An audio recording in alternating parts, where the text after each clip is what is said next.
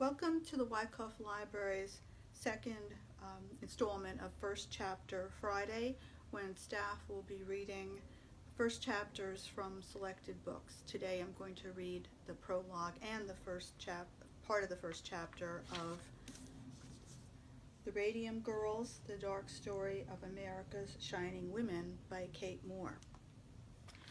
This is a nonfiction book. It's a book about women's history and workers' rights history. Prologue, Paris, France, 1901. The scientist had forgotten all about the radium. It was tucked discreetly within the folds of his waistcoat pocket, enclosed in a slim glass tube in such a small quantity that he could not feel its weight. He had a lecture to deliver in London, England, and the vial of radium stayed within that shadowy pocket for the entirety of his journey across the sea. He was one of the few people in the world to possess it. Discovered by Marie and Pierre Curie late in December 1898, radium was so difficult to extract from its source that there were only a few grams available anywhere in the world. He was fortunate indeed to have been given a tiny quantity by the Curies to use in his lectures, for they barely had enough themselves to continue experiments. Yet this constraint did not affect the Curies' progress.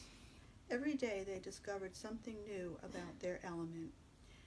It made an impression on photographic plates through black paper, the Curie's daughter later wrote. It corroded and little by little reduced to powder the paper or the cotton wool in which it was wrapped. What could it not do? Marie called it my beautiful radium, and it truly was. Deep in the dark pocket of the scientist, the radium broke the gloom with an unending, eerie glow. These gleamings, Marie wrote of its luminous effect, seemed suspended in the darkness and stirred us with ever-new emotion and enchantment. Enchantment, it implies a kind of sorcery, almost supernatural power. No wonder the U.S. Surgeon General said of radium that it reminds one of a mythological superbeing. An English physician would call it, its enormous radioactivity, the unknown God. Gods can be kind, loving, benevolent, yet as the playwright George Bernard Shaw once wrote, the gods of old are constantly demanding human sacrifices. Enchantment, in the tales of the past and present, can also mean a curse. And so, although the scientist had forgotten about the radium had not forgotten him. As he traveled to that foreign shore, through every second of his journey, the radium shot out its powerful rays toward his pale, soft skin. Days later, he would peer in confusion at the red mark blooming mysteriously on his stomach. It looked like a burn, but he had no memory of coming near any flame that could produce such an effect. Hour by hour, it grew more painful.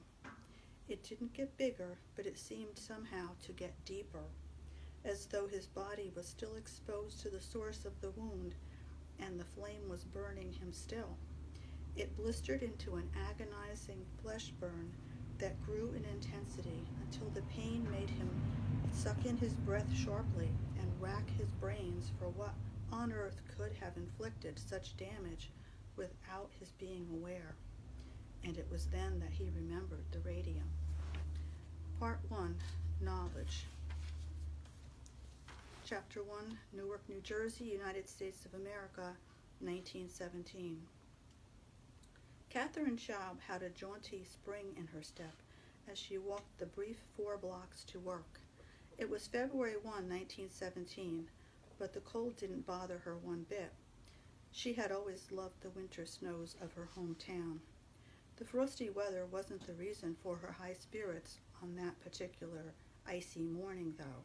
Today she was starting a brand new job at the watch dial factory of the Radium Luminous Materials Corporation, based on 3rd Street in Newark, New Jersey. It was one of her close pals who had told her about the vacancy. Catherine was a lively, sociable girl with many friends. As she herself later recalled, a friend of mine told me about the watch studio where watch dial numerals and hands were painted with a luminous substance that made them visible in the dark. The work, she explained, was interesting and a far higher type than the usual factory job. It sounded so glamorous even in that brief description. After all, it wasn't even a factory, but a studio. For Catherine, a girl who had a very imaginative temperament, it sounded like a place where anything could happen. It certainly beat the job she'd had before, wrapping parcels in Bamberger's department store. Catherine had ambitions far beyond that shop floor. She was an attractive girl of just 14. Her 15th birthday was in 5 weeks' time. Standing just under 5'4", she was a very pretty little blonde with twinkling blue eyes, fashionably bobbed hair, and delicate features. Although she had received only a grammar school education before she left school, which was about all the education that girls of her working-class background received in those days, she was nevertheless fiercely intelligent.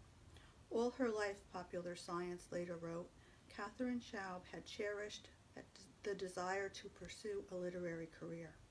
She was certainly go-getting. She later wrote that after her friend had given her word of the opportunities at the watch studio, I went to the man in charge, a Mr. Savoy, and asked for a job. And that was how she found herself outside the factory on 3rd Street, knocking on the door and gaining admittance to the place where so many young women wanted to work. She felt almost a little starstruck as she was ushered through the studio to meet the forewoman, Anna Rooney, and saw the dial painters turning diligently to their tasks. The girls sat in rows, dressed in their ordinary clothes, and painting dials at top speed, their hands almost a blur to Catherine's uninitiated eyes. Each had a flat wooden tray of dials beside her. The paper dials were pre-printed on a black background, leaving the numerals white, ready for painting. But it wasn't the dials that caught Catherine's eye. It was the material they were using. It was the radium. Radium, it was a wonder element. Everyone knew that. Catherine had read all about it in magazines and newspapers, which were forever extolling its virtues and advertising new radium products for sale. But they were all far too expensive for a girl of Catherine's humble origins. She had never seen it up close before. It was the most valuable substance on earth, selling for $120,000 for a single gram, $2.2 million in today's values. To her delight, it was even more beautiful than she had imagined. Each dial painter had her own supply. She mixed her own paint, dabbing a little radium powder into a small white crucible and adding a dash of water and a gum arabic adhesive, a combination that created a greenish-white luminous paint which went under the name Undark. The fine yellow powder contained only a minuscule amount of radium. It was mixed with the zinc sulfide, with which the radium reacted to give a brilliant glow. The effect was breathtaking. Catherine could see that the powder got everywhere. There was dust all over the studio. Even as she watched, little puffs of it seemed to hover in the air before settling on the shoulders or hair of the dial painter at work. To her astonishment, it made the girls themselves gleam.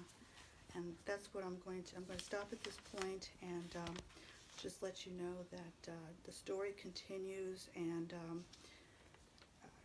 it's the long-term effects of the radium exposure is going to be the story that is told, and what the women do to fight for workplace safety for all workers is the rest of the story. And this is available in Libby, in either ebook or e-audio. So I hope you read it and enjoy it. Thank you.